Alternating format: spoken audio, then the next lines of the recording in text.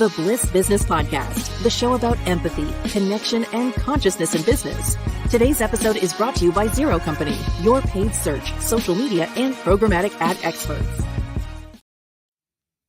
Welcome back to the show. I'm Stephen Sakach here once again with Tullio, Siragusa, and Maher. In the last episode, we talked about the many personas that can cause your team dynamics to look like a reality TV show where someone gets voted off tribal council. In this episode, I guess we have our rose ceremony where we dive into the positive teammate personas you can embody or work toward. So we had a good rundown of the different traits and personas that can cause these issues in team dynamics. You might recognize them in others or in yourselves. We certainly did. If you see them in others, tackle them with grace, approach them with empathy, really work on developing that shared vision of respect for each other, and realize that maybe you need to invest some time in team building or tools with collaboration or workflow just to help go through some of these processes a little less painfully. So today we want to dive into the positive teammate personas that can contribute to healthy team dynamics, unlike the last episode. So this is the other side of that. So let's start with this first one. This is the unifier. So they're skilled in bringing people together, finding common ground. They help resolve conflicts and diffuse tensions with the team. They promote a sense of unity and shared purpose. I feel like we've got a good number of unifiers at our work, but what are you guys' thoughts on this? Absolutely. I mean, there's not much more to say than what was just the description of it. It's that person you can count on to just rally the troops together, if you will, right, and get things done. So every company is blessed to have one of these. Some companies are blessed to have a lot of them. So. It's interesting too. I agree that Zero Company as an organization has a ton of unifiers, and I've found that outside of all of that, you don't see that, right? I've caught myself now acknowledging when I see unifiers because I found that I'm also a unifier, and I don't know how we all came together and you attracted these like-minded individuals, Steve. It's really fascinating because again, it's not the same everywhere else, and not just in digital marketing organizations, but everywhere where you miss out on those types of people. And then the unifiers that are in these organizations, a lot of times they don't even get the acknowledgement that they're a unifier, and they end up losing that that power that they have. They realize they don't really know it's a superpower, and it's one of the most powerful traits to have in really building organizations. So I think the lack of acknowledgement of unifiers is crazy, but the fact that we have a ton of them and it's like normal life for us is really a gift.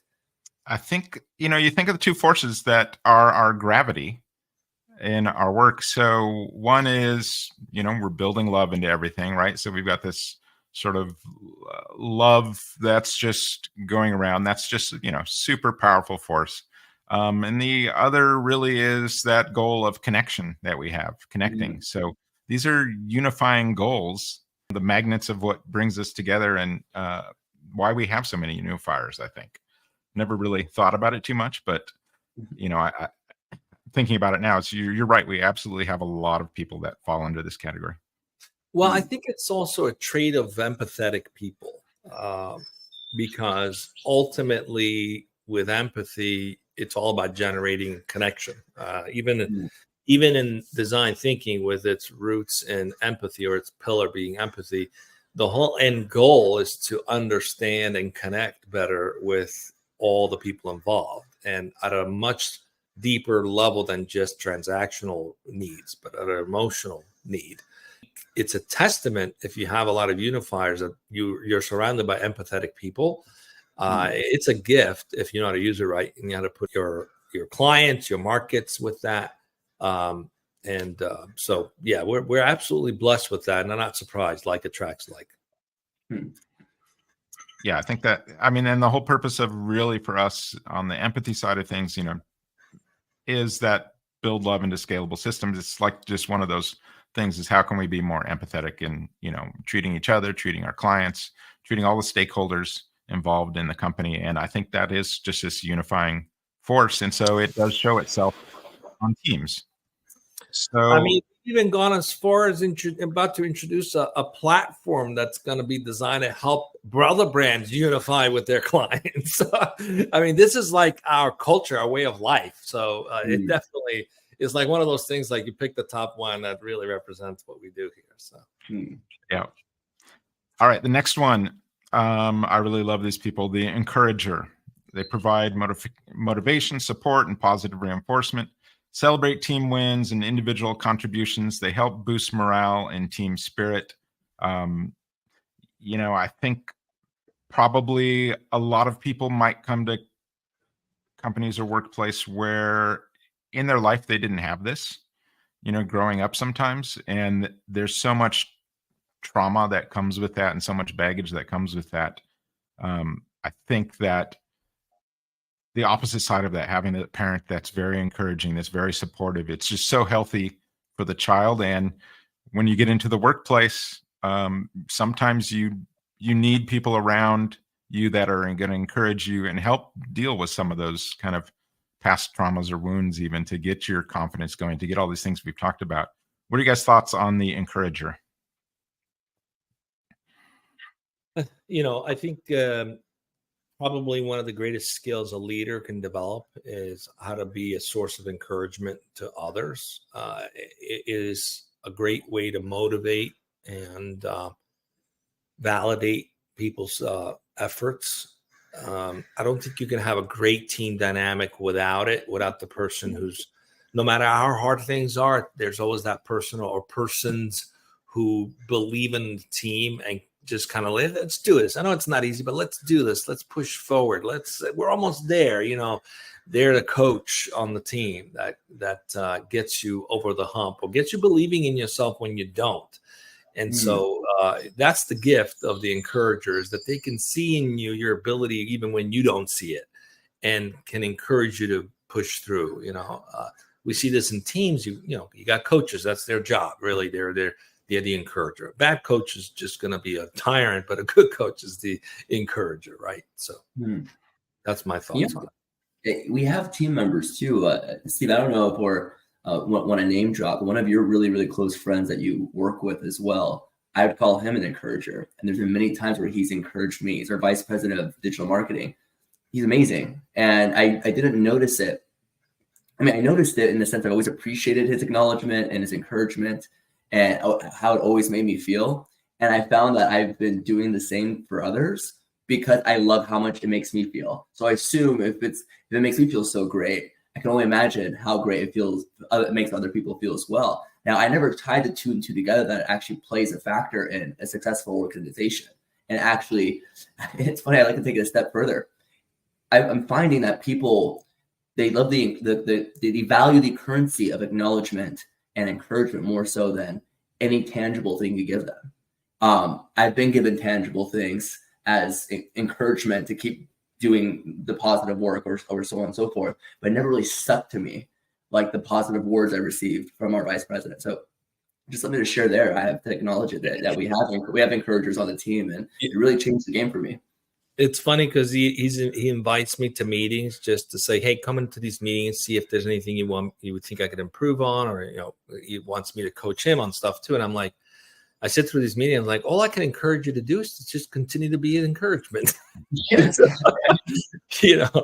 But yeah, he's such a natural. I always acknowledge that because that's a great leadership quality. Because you would leave that meeting. I've seen you guys leave those meetings feeling better about yourself.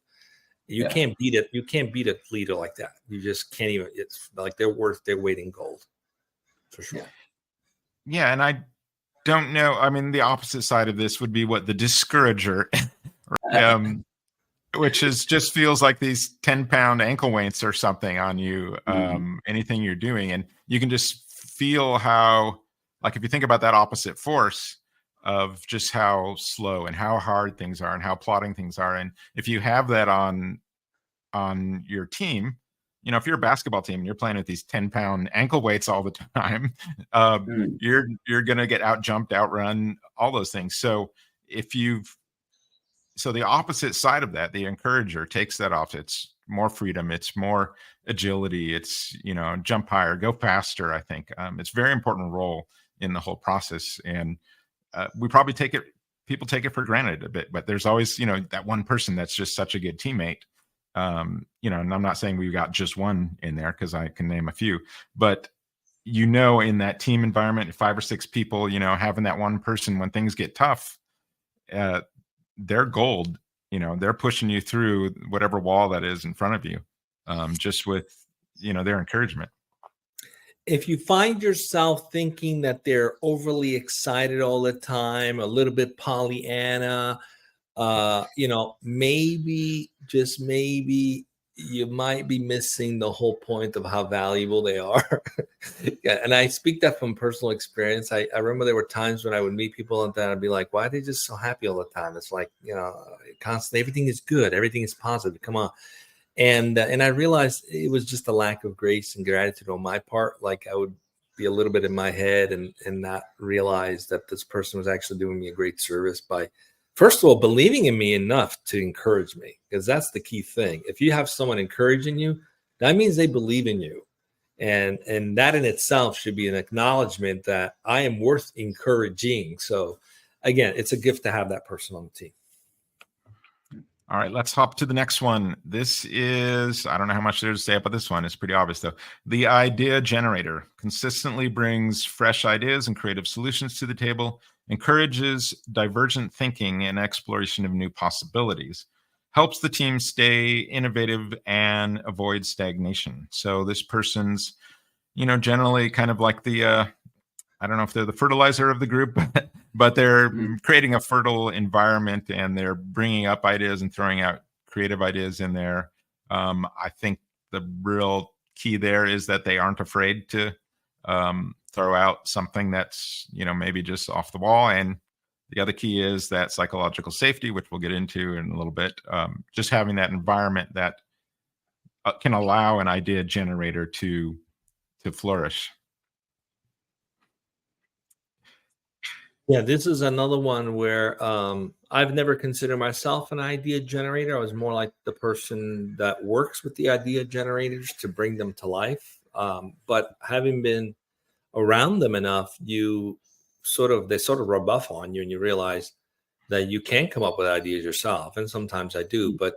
But the gift of these individuals is that they do think outside the box. They do question the norm, and often come up with some great innovative ideas. This is why I always encourage organizations to have cross-functional teams work on certain goals. Don't just have the same team in their department work on those goals. Invite other members of the organization, because you never know where the idea generator jumps in from some other team that is completely not in the lane of what you're working on. For example, you might be working on some new market development idea. Maybe that's something that usually sales and marketing or folks like that would be involved with. And you wouldn't think to have maybe someone in operations involved, right? Or in development involved. And they come in and they participate in that, and they bring up some great ideas that you would have never thought of. So you have to have an environment to take advantage of that, for that to thrive. And unfortunately, many organizations, if they're very departmentalized and hierarchical, they actually don't benefit from the idea generators. And it's a shame, because that's where all the innovation comes from. So if you create an environment where people can just throw things up, and sometimes you just throw an idea that makes no sense, but someone riffs off of that, and it's like, yeah, I don't know, but what if we did it like this? And it just creates magic. So highly encouraged to have those individuals. Yeah, that last point you're talking about, someone throwing out an idea and you just riff off it, I think, and maybe we'll talk about this in a little bit, but I think that's one of the challenges for remote working, is that you're not, you're exchanging emails, or you're exchanging, Slack messages, those kind of things. It's not as fluid in that regard, so that whereas if you're just in a conference room and you've got a whiteboard and you're talking about different things, and someone just says that one thing, that's like that offhanded remark that could help the idea generator, or vice versa, the idea generator saying that one thing, then it's like, oh yeah, that's actually, if we did this instead, you just get that whole creative process. So I think that's a difficulty sometimes for if you're in that remote working environment, is to allow some of these idea generators to really get their maximum impact.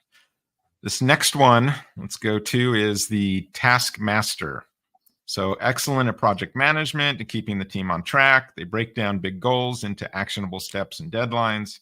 They help the team maintain focus and accountability. Yeah, this is definitely huge.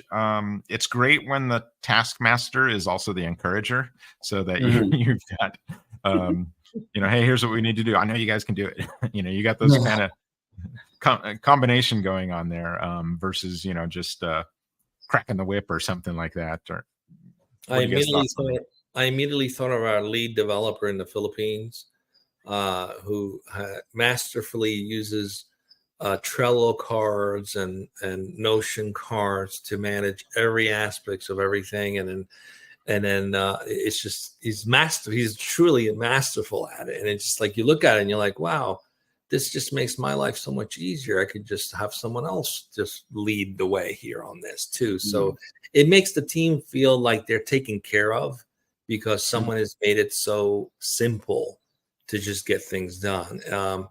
And so it is a form of being a leader, a servant leader, to actually be crafty enough to be able to think about how all the pieces come together. I call them the puzzle masters, right? And then motivating all the pieces to come together. That's a true servant leadership skill, a quality that needs to be nurtured in organizations. All right, Tullio, this next one, I think you just briefly touched on it, so we'll get your feedback here again. This is the connector. So they're skilled at facilitating cross-functional collaboration, builds bridges between different teams or departments, helps ensure effective communication and knowledge sharing. So Tullio, you sound a little bit like a connector when you're talking about trying to get these. Yeah, I think that's if you're trying to get more collaboration in the organization, you need the connectors, the person who knows how to get people working together and collaborating. And again, that all these seem to be tied. All of us have different aspects of this. It's not like you have one and not the other, but some have more of one or the others, right? So I think being a connector is a great quality if you're a leader, especially in an operational role. Anyone in the C-suite should be an encourager, should be a connector, should be a motivator. Someone. I think you need to be all of these that we're going to have to be all these. I think if you're not ticking off the box on some of these, then spend some time working on that. Yeah, exactly. Yeah, it's like you're reading all this stuff. Like that's kind of we do a little bit of that. But yeah, the connector plays a big role in encouraging people to also step outside of their comfort zone. Which is where growth happens. So often enough, if you've got a CEO who's also a connector, an encourager, you end up with people that grow into the organization. And if they leave because they're either starting their own company or got a huge promotion somewhere, and you're excited for them because you actually kind of enable them to get there. And that's the greatest gratification for a leader, to see people grow and move on. I call it the graduation moment, right? So, definitely if you're an employee looking for a great company to work with, look for the connectors, the encouragers, because those are some great leaders. Yeah. So I genuinely believe the connectors are like the glue that keeps it all together for most organizations. You absolutely have to have a connector. The ability to find who does what really well and able to collaborate teams together, that is such a valuable asset to have. And I don't think there's enough connectors in organizations, but I think when you have that person, you see how everything just runs smoothly. And a lot of times they're not really, you can't really pinpoint that they're the connector. They just naturally know where to put you or where to encourage you to go the right direction, or who you need to talk to, who you need to connect with. And that's it. They're kind of back, and they're sent back in the shadows, and everything just works together the way it's supposed to. So I think that the way I like to describe a connector is really they're the glue that holds everything together. Yeah, and I think to that point too, you can kind of spot the disconnectors. So I'm always saying spot the disconnect in something, and it's usually in people's language and things like that, where it's just this very disconnecting language or some disconnecting behavior. So the opposite side of that is, look for the disconnectors too. but yeah, the people that are the connectors, that are bringing people together, that are using language and words and things like that, where they can smooth things over so much easier, where they can, like we said with Tullio, you can go bring different departments together. And sometimes that's really difficult because they've got different motivations and, they've got different agendas, and you're trying to get everyone on the same page to row in the same direction can be really difficult without a really good connectors on both sides, really. Yeah. So this next one, let's go to, is the coach. Provides guidance, mentorship, and constructive feedback, helps team members develop new skills and grow professionally, fosters an environment of continuous learning and improvement. Like I said, I think you need to be all of these in some way or another. Tullio, though, we'll go back to you again. Thinking of the coach, I think of, if I'm thinking of a coach on the team, we've got a few depending on what you're doing. But, I think of you as a pretty big coach of the team. Thank you. Yeah, I have to second that. Thank you. It also sometimes it helps to actually have a coach on the team too, especially amongst the executive team. That is such a critical aspect, to have a third party who could look at things objectively, constructively, and they're also trained. Some of us are trained with some coaching skills and have become certified, so that we can actually kind of help navigate some of the difficulties. And I've adapted some neuroscience techniques and things like that. So it's a really important element. And if you have it as a leader, great. Even if you do have as a leader, I highly encourage any organization that can get a coach on the team. Even if someone part-time who comes and supports the team, especially the executives, it's a game changer to have someone be an eyes and ears to things that you may be blind to. Because sometimes we're just so busy doing what we're doing that we don't stop and observe from the outside, and someone can highlight certain things like, hey, what about if you work on this? What about if you work on that? I also think, for example, it's good to be a good observer. Like I think of you, Stephen, you're a very good observer, like where people need coaching. And so it's easy to go coach people when you've observed and seen it over time. So you're naturally a coach, you're naturally a coach yourself. So because you have to be able to have discernment to be able to see where someone might need some help. And that requires wisdom too. And that comes with time and experience. But that's a critical aspect to having on the team. 100%. I know that I've always relied on coaches for my own personal feedback. And to take it a step further, I'm finding that now I'm in a position where I have to be coaching as well. So you have your coach and you're always coaching, keeping you sharp as you can be. So I think there's two levels to it. It's like, okay, you always have someone there to guide you, encourage you, guide you in the right direction. And then you pass that on to someone else to keep sharpening those skills, right? So when you have that sort of environment created where everyone's coaching each other in a very positive direction, one coach is mentoring the other coach who's like mentoring another coach, then you have an environment where everyone's sharpening themselves, which is phenomenal.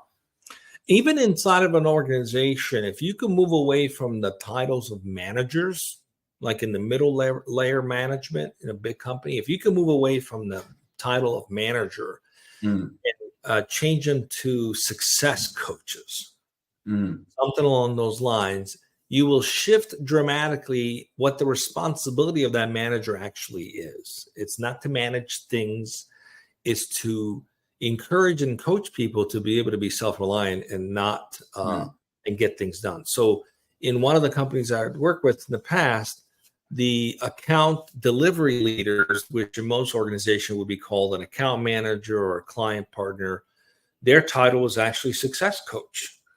And it was always an interesting thing to explain to clients, what is a success coach? One, their job was to enable the client to be successful, and two was to enable the team to be successful. So they played this coach role for both sides. How do I bring the client needs and the team's needs together to synergize success for all parties involved? And that was their job as a manager of the team, was to enable the success of this relationship. And that the way they were trained and the way the whole team dynamics was set up was around this context, this idea of we're here to enable the client's success, but we're also here to enable our own success and marry these two to hopefully create the magic. So if you have people that are really good at that, you can create a whole model around it for encouraging success in the organization by having managers step into that coaching role versus the boss role. Yeah, and even the implied nature of those words changes it from this one role into more of a service role. Now this is the kind of service leadership that you're just setting the expectation with that change of just that title. I think that's a great comment, Tullio. This next one here is the diplomat. Adept at navigating different personalities and perspectives, skilled at finding compromises and win-win situations, helps maintain harmony and prevents conflicts from escalating. So yeah, this is definitely one where you've got to have that real empathetic approach, I think, the diplomat. People need to be heard, and or otherwise you're just not going to, you're going to be talking over each other or at each other, and you need someone who can kind of navigate those waters and stop the resentment from happening, or stop the different conflicts from devolving into something even worse and over time. So this diplomat gets in there. It's like, okay, yeah, now you're making a good point. We all have the same sort of goal here. And then you kind of go into it. What do you guys thought on the diplomat? I struggled with this initially in my career because I had the context of a diplomat needing to be like a politician. And I'm not a good politician. I wear my heart on my sleeve. I don't have a lot of filters. And so I struggled. Like I felt like I had to be fake to play that diplomatic role, but it was just the wrong context around it. Then eventually I learned, a good diplomat is actually someone who applies a lot of empathy. And once I went down the path of applying empathy, then it became like a life mission for me. Then it became a lot easier to be diplomatic because you're just being empathetic, right? You're not playing this game where you have to like coerce, strategize, manipulate people. No, you just show empathy. And through that, it's a very diplomatic way of dealing with everything. So that required a context shift for me. And so, if you find yourself one of those people who's like, I struggle being a diplomatic because I don't want to play the politics, shift into just being empathetic, because that's going to elevate being a diplomat. Don't be the politician, because that's not a politician. Yeah, because that's not. I mean, what we're looking here for is that authentic connection, that authenticity. You're trying to deal with two people, and they want someone who can be authentic with them, who's going to listen to them, versus the politician, which is the complete opposite of authentic, right? It's like they're going to tell you one thing, and then you'll end up with a knife in your back shortly later. And you've all seen this in the corporate environment or whatever, where someone's so much leaning toward that politician side, and they're the often employed with the egoists that we've seen, I think, in the previous episode we talked about. But versus, like you said, Tullio, it's empathetic based. It's really, if you want this authentic company culture, you've got to have authentic connections, and that's the only way to really have any true diplomacy. Versus something that's just not going to resonate with someone, and it's going to end up backfiring and becoming part of the resentment process that you have to deal with. What's helped me shift from what I thought being diplomatic was, which was, I thought it was being that politician. It was not saying everything that you're thinking, and maybe just taking in information, choosing the right, wrong thing to say, because you're playing the game of information, right? And I found that was, in terms of what diplomatic is, I found that after reading Stephen Covey's book, The 7 Habits of Highly Effective People, a quote that really stuck out to me was, seek to understand than to be understood. So to your point, it's just empathy, seeking to understand. Even in the book Meditations with Marcus Aurelius' diary entry, he talks about that you're going to get up every morning and you're going to deal with bad people. And if you can't help them, sometimes they just can't be helped. You're going to have to learn to deal with them. But he says, Marcus was talking to himself. Have you looked in the mirror? There's multiple times where maybe you've been the person who's wrong in that situation. And a thief that steals to feed his family is not a bad person. You just have to understand, right? And that was Marcus's own words to himself when he had to write. Because if you know about talking about diplomacy and getting stabbed in the back, That one Roman emperor, he was the one that practiced true diplomacy with empathy in an environment where real diplomats would stab you in the back, and he was able to manage that all the way to his death. So that was really fascinating. Those two concepts, seeking to understand and having that empathy of saying, hey, maybe you just don't understand, and that's how you can go ahead with have that level of empathy to where you could then understand where the person's coming from and truly be able to help them and guide them. My grandmother used to say, hate the sin, not the sinner. Yeah, exactly. Yeah. Yeah, and I think too, one of the keys that we talk about on empathy, and you just mentioned there, it's the perspectives, being able to take on multiple perspectives and something. And that's really the key for a true diplomat, is to see through the other person's eyes.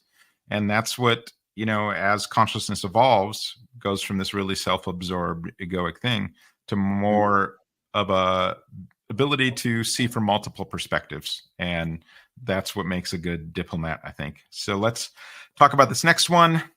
The visionary thinks big and inspires the team with a compelling vision, helps the team see the bigger picture and long-term goals, provides a sense of purpose and direction. So it's good to have a visionary on a team, keeping that sense of purpose, I think. It's good to have that in an organization so that everyone knows what the purpose is, and then they can be visionaries for whatever whatever team they're in. And they can be, okay, how can we achieve this overall purpose? So that you don't always have to be the one visionary. You're not going to be in every meeting as this one visionary, but if you have the vision and the purpose outlined, everyone's, kind of adhering to that. Hey, this is what we want to do here. They can all be visionaries on the team in that sense. I think you can actually codify having vision on a team, and it's absolutely necessary. It really comes down to how does what the team do translate into a purpose. The whole point of having a vision is that you're going towards something meaningful, something impactful, something purposeful. So as a team, it's important to, in your meetings, in your discussions, to think about, and envision where you're heading as a team. Why are we doing this? How is this going to help so-and-so grow in their career aspiration? How is this going to help the team become successful?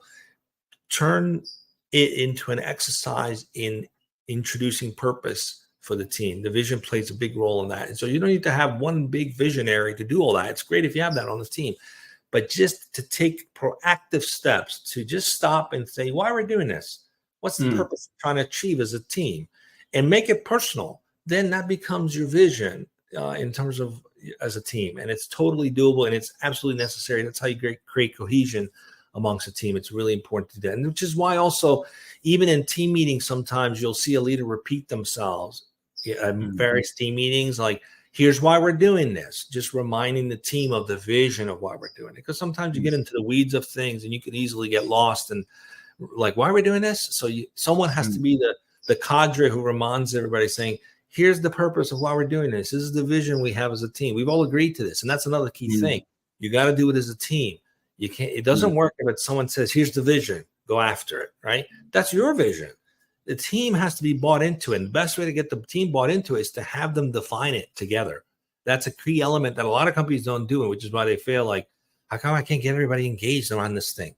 Because you didn't ask them to participate in creating that vision, and they didn't buy into the purpose.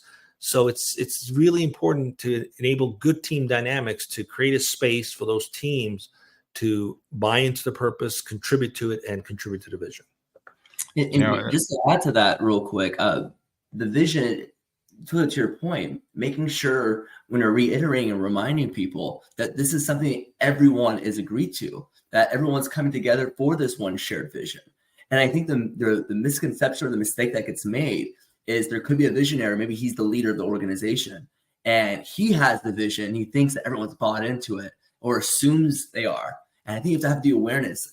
Maybe ask, maybe have the feedback from your team. Hey, are you guys bought into this vision, or am I just the crazy guy who's trying to force it upon you, right? Try to find an alignment, right, of the shared vision, and then reminding them, hey, this is what we're all aligned on, right? It's all what we agree to. Yeah, I mean, I would go as far as not even saying, are you bought into this? I would just say, here's my idea, but I'd love for you guys to make it better, because you guys could probably think of even better ways to do it. How do you want to do it? And Yeah. give it away. Let the team, you give the idea. So you plant the seed, there's an inception that happens. And then the team just rallies around and comes back to you and says, this is how we think can do it. Now, when the team comes back to you as a leader and says, this is how we can do it, not only they bought into it, they're committed to it. They're going to own it.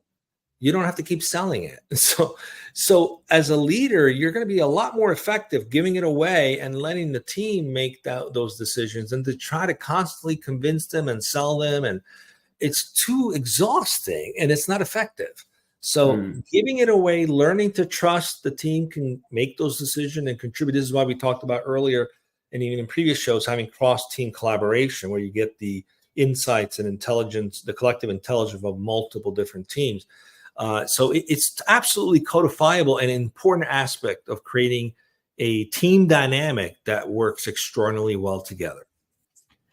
So this reminds me, when you're talking about the buy-in portions of this, is my wife, she used to teach 3rd and 4th graders. So at the beginning of the school year, she'd have them all figure out, hey, so what are we here to do? What's, kind of our overall purpose? What are the rules to achieving that purpose? So they all came up with the rules of, the kind of the code of conduct and what they should and shouldn't be doing. And so they all worked on codifying this sort of vision for everyone. And then she'd put that up on the wall. And so in this team of, I think she had 30 kids. So that's a large team. She was able to get this buy-in that everyone agreed to, and everyone tried their best to adhere to. I mean, they're 3rd and 4th graders, so it's not always going to go smoothly, but she could always refer to that, hey, you agreed, we all agreed to this, and they understood the reasons why they should and shouldn't do something, because it was already discussed, the whole why behind it. So let's go on to this next one. The pragmatist brings a practical and grounded perspective to the team, helps balance idealism with realism and feasibility, ensures that decisions and plans are actionable and achievable. So I definitely like the pragmatist because sometimes, you can get lost in the weeds or lost in the minutia of something that is, hey, the team, you've got it 95% there. Don't just get stuck on the last 2 or 3 or 4 or 5% of this project. This is good enough, right? Yeah. So that's kind of the key to, I think, the pragmatist is kind of understanding, no, this will get us by. So that's really key to any kind of team, is kind of understanding, what that 95, 98% is, where it's like, okay, I can't squeeze any more out of this right now. We'll polish it later and we'll get it done later. And so you're able to move a lot more nimbly and have more agility with the pragmatist in the mix there. Absolutely. I mean, that is such a critical person to have on the team. I keep thinking about a startup where you have the leaders who have different skills stronger than others. Like you've got the visionary, you potentially have the connector, and you've got the encourager. And you do need the pragmatist, the person who's going to sort of like, this is how the rubber meets the road in real life, because otherwise you're just going to keep, operating a pie in the sky idea. And that is a recipe for disaster. So you absolutely need to have that. If it's lacking amongst the leadership team, amongst the team, you need to have that. And if you don't have it on the leadership team, find someone in the organization that is the pragmatist and invite them into the conversations, because you're going to get a lot of benefit from that person. Yeah, especially with a startup, like you mentioned, you've got to get to that minimum viable product at some point. And, if you want all the bells and whistles, that can get tough to get to that. And you've got investors and they're like, hey, what's going on? And so there's a lot of pressure there. So you definitely need the pragmatist to keep things moving and not get bogged down. Yeah. I mean, like you said, it's like good enough. It's, either the perfectionist or the excellence. The pragmatist is more like they strive for excellence, good enough, All right, this last one. You know what? I think Ash is great at this, so we'll go over this one with Ash in mind here. The culture champion embodies and promotes the team's core values and principles, helps establish and reinforce positive team norms and behaviors, contributes to a healthy, inclusive, and collaborative team culture. The culture champion, I think, is it's especially important when you're talking about all these things, like connection and building love into, scalable systems, all these things. You need people that are going to champion those principles in the meetings and champion them in whatever activity they're doing. Ideally, you've got a whole team of culture champions, and I think to some extent we do. But there are some people who are it just comes natural, I think. So I think Ash is one of those guys that it comes natural to. Well, first off, Steve, thank you so much for acknowledging. I never actually saw myself as the culture champion. I more saw myself as expressing extreme gratitude for my environment. Yeah, my encouragement of the culture has just been my way of expressing gratitude, because I know how rare what we have or what has been built is. So any environment where they share these values is my way of showing gratitude towards that environment by being an encourager of the culture, being a champion of the culture. So that's also always been for me. I never really acknowledged as someone who managed the culture or as a champion. That I was just like, hey guys, I'm just thankful to be here, and I'm going to express my gratitude by being extra appreciative and encouraging others to share the same values of the culture, and being able to be a help to those around who maybe it's a newer environment for them and they don't know that this is the way things should and could be, right? You could actually show up to work and be happy and enjoy your experience and give your customers a great experience as well. So yeah, I'm going to say this for the fourth time. Gratitude has been my approach to what has made me the culture champion. But even acknowledging that, I really appreciate it because I never really saw it from that perspective. I always just thought I was thankful. No, that's awesome, Ash. All right, so we are going to save our playbook for peak performance to part 3 of this. So in the next episode, we're going to dive into the playbook and several things you can do to really build an effective team. We've talked about the negative personas. We've talked about the positive personas, like Ash being a culture champion, Tullio being a great coach. I mean, you can embody multiple of these positive traits. And I think as anyone in the C-suite it should be all of these, really, if you can, to some extent, and work on your weaknesses in areas where you don't see yourself as particularly strong in. But anyone on any team, these are the really strong traits that make for a good team. So on the next Bliss Business podcast, we are going to give you the playbook for peak team performance. We'll see you then.